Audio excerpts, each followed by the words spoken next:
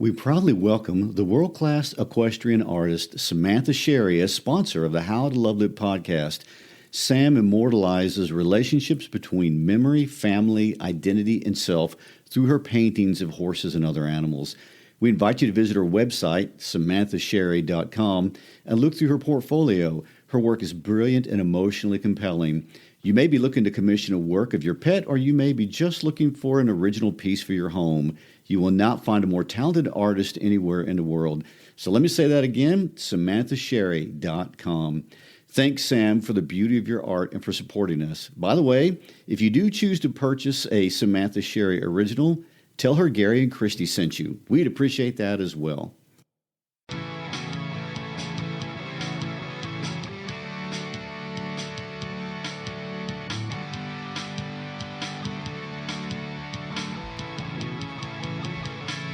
Hi, I'm Christy Schreiber, and welcome to the How to Love Lit podcast.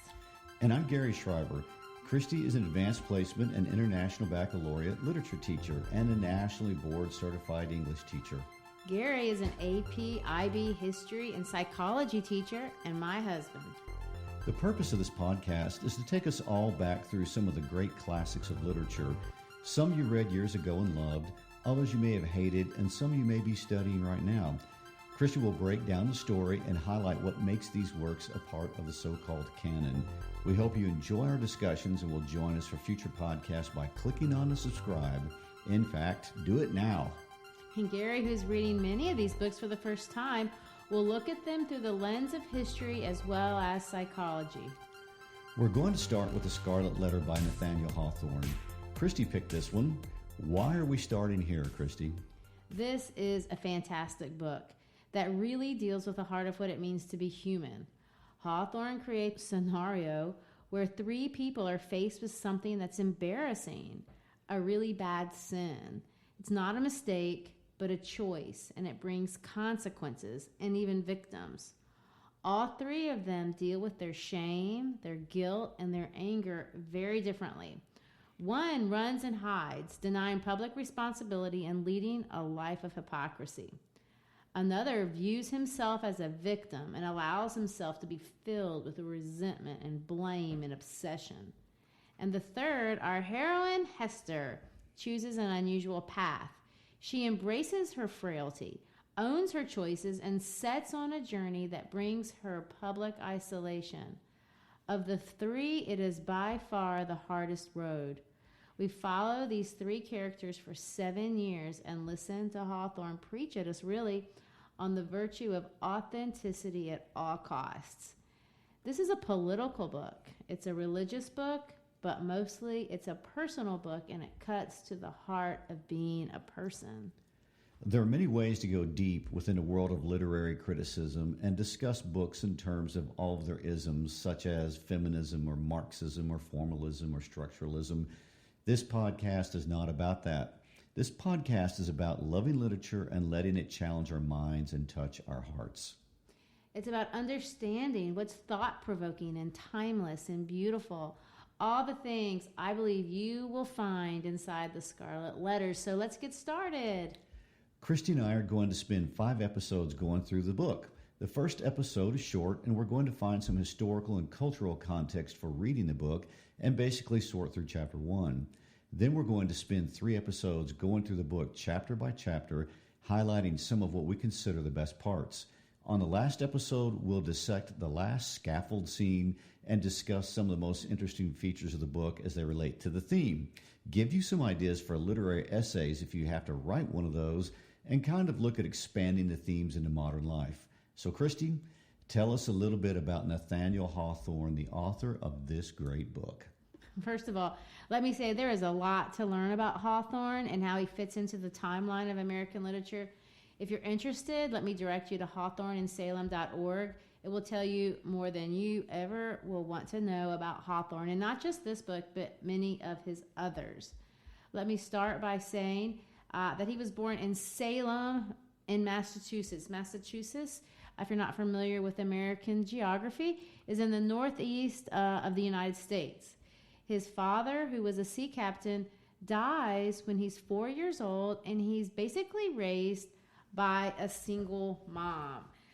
To me, this is interesting only in light of the fact that this book really is a feminist book. And he has a strong female lead, which is unusual. And I don't know. I have no reason to know this, except I think maybe it has to do with mommy.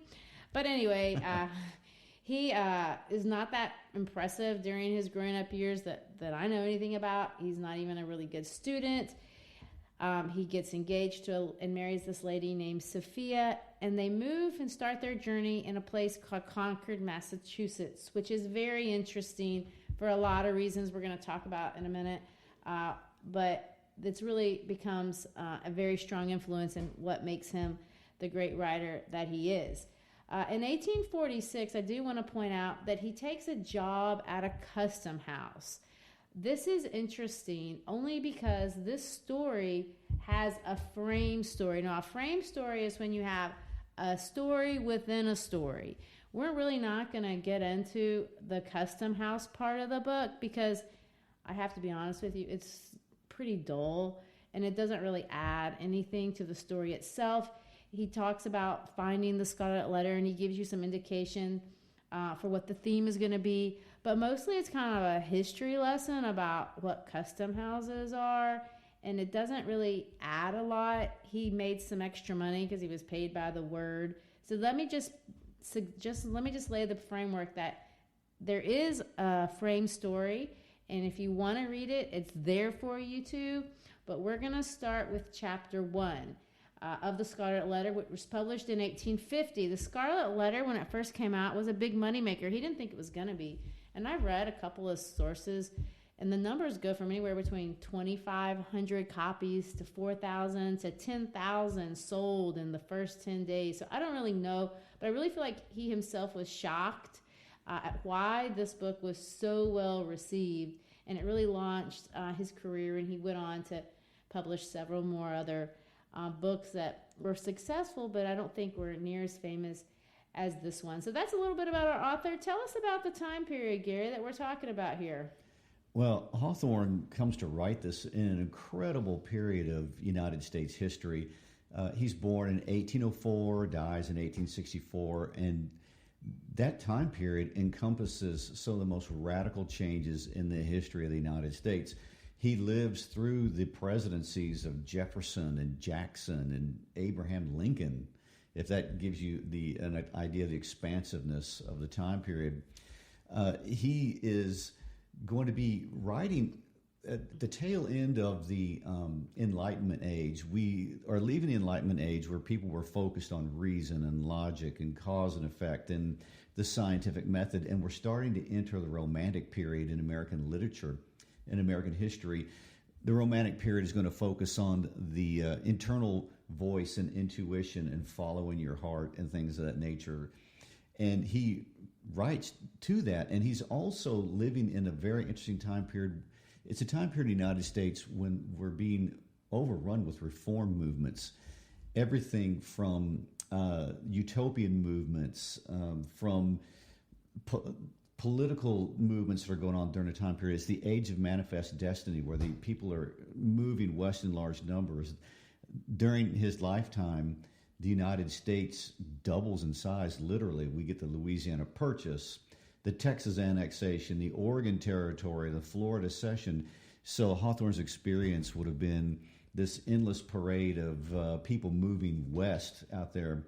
We get to the Second Great Awakening, of which people like Charles G. Finney, the Oneida community, the Mormons are a part of. There's an abolitionist movement that becomes extremely strong during Hawthorne's lifetime. There's the women's suffrage movement, temperance movements.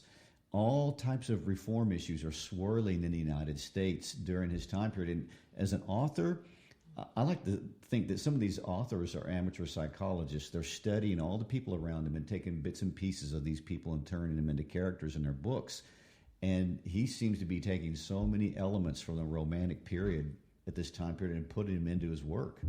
Well, let me say that American Romanticism is a little different than British Romanticism, which is, the mother lode of the Romantic movement. And we always think of the British writers, and this may be controversial to say, but we see them as the heavy hitters. I know they saw themselves as such. William Blake and some of those guys, Keats and Percy. But the American Romantics really become the first people, I believe, in America to make a name for ourselves in terms of our writers. We see some guys come out, Washington Irving and Edgar Allan Poe and Emerson, Thoreau, and Walt Whitman, who decided, screw you, Europe. I'm not going to write anything that you like. I don't care about your iambic, whatever. And he kind of goes on his own way. But the things that they do take from the Romantic movement, and I know most people don't care about this stuff, but it really does inform our understanding of what he's trying to say in the story, is that we're going to see in the book a lot of supernatural stuff. Like, it's not supposed to be realistic. Now, it's not like science fiction, but there's things in there that, what? It couldn't be true, but yes, it is. And maybe it's not literally true, but it's symbolically true. We're also going to see him talk about things that were important to the people at that time. And I feel like they're still important to us today. This idea that every person should have a freedom to be their own individual and have their own thoughts. I don't have to believe what the group thinks. I have worth as an individual, and my worth is independent from anything else. And we're going to see her, or Hester, leave her group and what the group does. And of course, the group today isn't puritanical, but we do have a lot of pressure to conform to the values of our culture, and he speaks to that. So a lot of these things come out of this American Romantic movement, and I bring that up because it kind of gives us some direction of where he's living and what he's trying to do. But I want to change directions and talk about the setting of the story, because although he lives in the 19th century with some of my favorite peeps like Susan B. Anthony with the alligator purse, he's not talking about those people. He's talking about the 17th century Puritans of New England. And so he sets this in the middle of the 1600s, and that is a completely different world. What can you tell us about it? Well, it's very interesting. First of all, he's writing a book on 1650 from the lens of 1850, and every author cannot escape what historically we call the arrogance of the present. You always have your current values and your current biases that you will impose on a historical period. And I feel like Hawthorn certainly does that. Takes some of his 1850 sensitivities and places on the 1650 Puritans that he's going to talk about. And what I want to talk about the Puritans, before I get into the fact that Hawthorn, I feel like, gives them a beating that they may not deserve, which they totally don't deserve, but I'll discuss that in a moment. I do want to say what the Puritans were actually bringing during that time period. The Puritans were responsible for the foundations of democracy in the colonial period that eventually will become the democracy we live in now. They're foundational in establishing capitalism. The Puritan work ethic is the whole idea about profiting. They're going to be the first group in the United States to be very serious about establishing formal education and requiring people to be educated. So they really lay down a lot of important foundational things that go on during that time period. Do you think they have anything to do with this American egalitarianism attitude that we all have, that you're no better than me? They are absolutely foundational to that. A couple of things bring that out. Number one of which is one of the main reasons why they left England and the Anglican Church. To leave that hierarchy, because their Congregationalist faith really promoted this idea that everyone was equal. And then not only that, they come to the United States and they live in a frontier society. They're colonies at the time, not United States. And they live in a frontier society. Well, in a frontier society, you have to create everything. You have to create your rules, your culture, your sense of right and wrong. And they were certainly doing that during the time period. Well, I do want to point out that in spite of all those great things that you say they've contributed, and they have, to our culture, it was a theocracy. And I think he uses this as the backdrop of his story for a couple of reasons. First of all, I mean, everybody in the West now kind of sees some of the extremism of that. And so it's easy to use them as kind of a foil for what he wants to do. It is true that in the Puritan era, you were sentenced to time on scaffolds. Am I wrong? If you did something that was offensive or outwardly wrong. Oh, you are correct. The Puritans were certainly about social and cultural order, very much so. And I do have a little anecdote that really, it's just ironic. It has nothing to do with the story. But in 1637, there was a man named William Prynne, and has no relation to our heroine Hester Prynne. But he was put in the stocks, and they had him branded with the letters SL on his body. But it did, really on his cheek. But it didn't mean Scarlet Letter. It meant seditious libeler. Oh, my. So, that it's hyperbolic, yes, to some degree, and we're going to get into this in the very first sentence, but it's also an easy place to start because he's going to pick up on a time in American history where there was something in his life even that was embarrassing.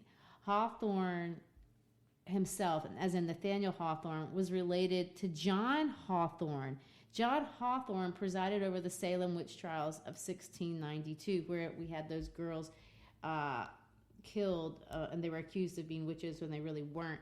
This is a great story that's been memorialized by Arthur Miller in the 1950s in the play The Crucible. But he was super embarrassed about this, and he changed the spelling of his name to kind of trying to shed the shame of what his family had done. In fact, John Hawthorn was the only judge that I know of that never felt bad for what happened. So he sets the story there, and on the front end, he's not going to hide his biases. And authors do many things in the very beginning of their books, but one of the things that I was told this by one of my college professors, and he said, students, every author tells his whole story in the first sentence. I don't know if every author tells his story in the first sentence. I don't see the whole story in the first sentence, but I will say this. He does tell you the whole story in the first chapter, or at least the first few sentences. And not in the sense that he's going to reveal his whole plot.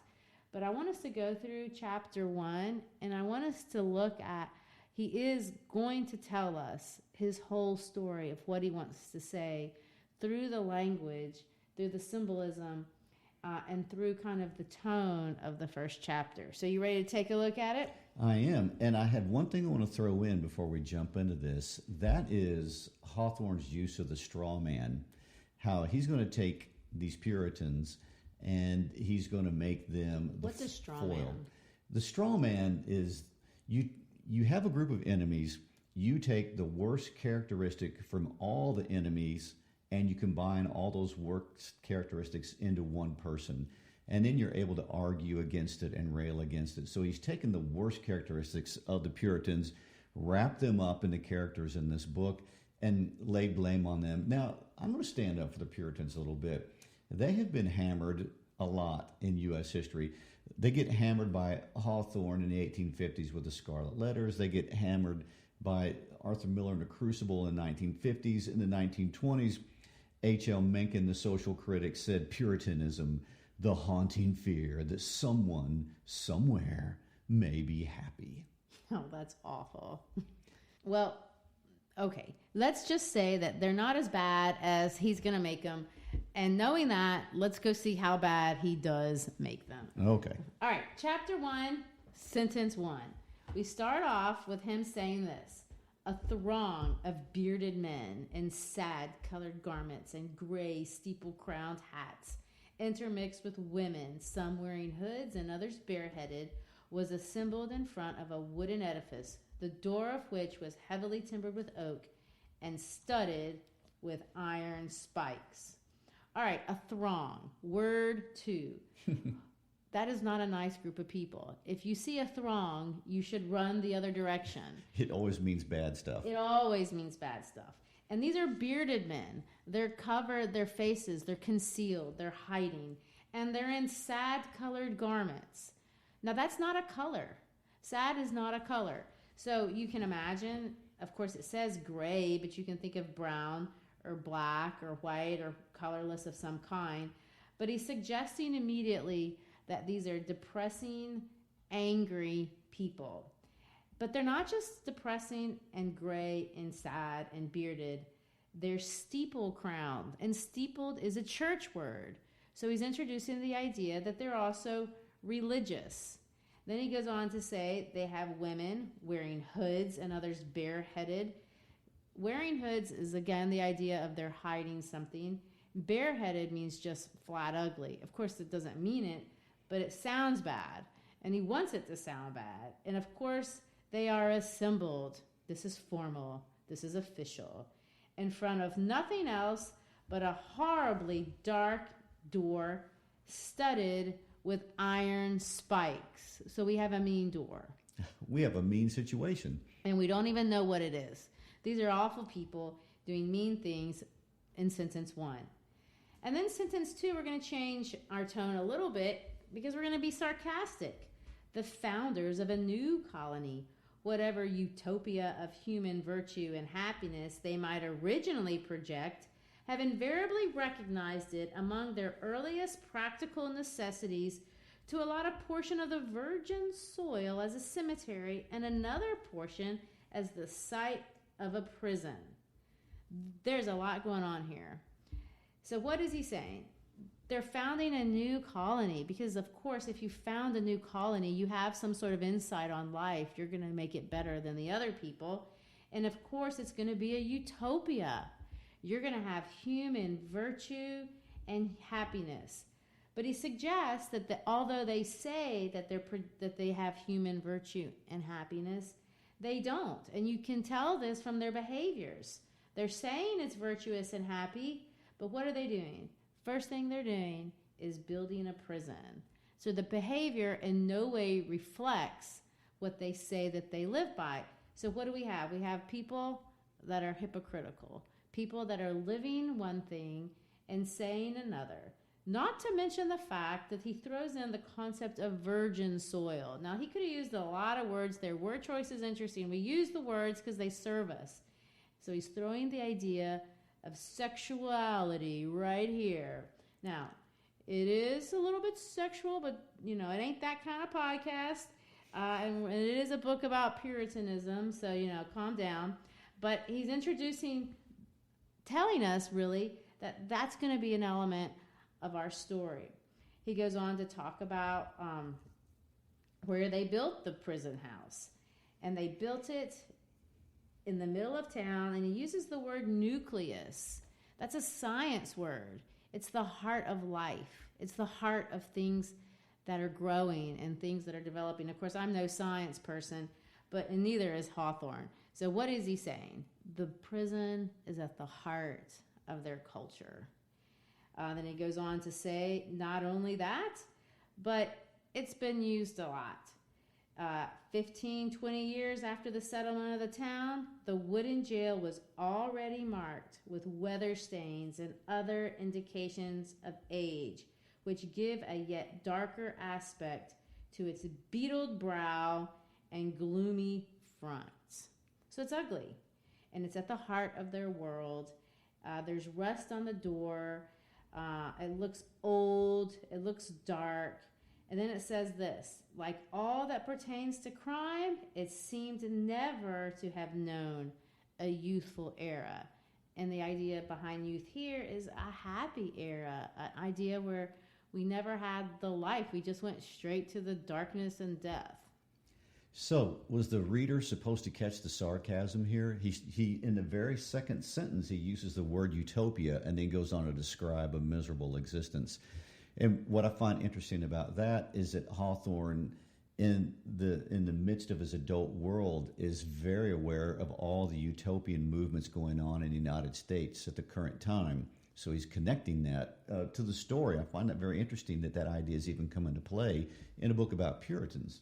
So what would be some of those utopian things that you're talking about? Oh, we had all kind of religious movements. We had free love colonies, which were pretty scandalous during that time period.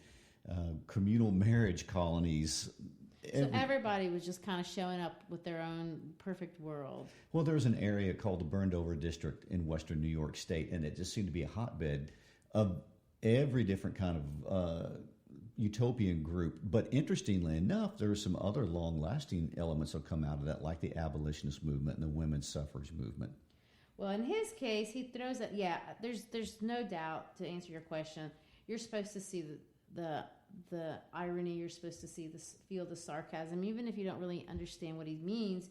You can feel the change in the tone, and he comes down to the end. And the last thing I want to point out here, well, not really the last thing, but the next thing that I want to point out is the idea that before the ugly edifice and between it and the wheel track of the street was a grass plot much overgrown with burdock, pigweed, apple peru, and such unsightly a vegetation which evidently found something congenial in the soil.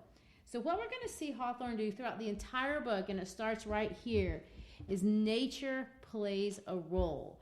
Now, in all Romantic literature, and this is even in the British stuff, nature is pure and nature is beautiful, and industry isn't.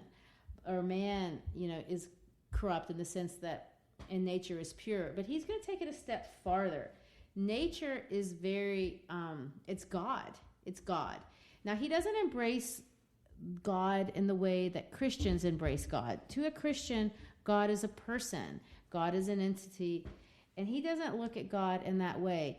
He's going to create this concept of God that's more like what the Transcendentalists think, although he's not a Transcendentalist, or even more like what the Hindus believe, that God is out there and God is speaking through the environment of nature. And so God is going to speak, he's going to talk to the reader about what he thinks about what's going on in this story.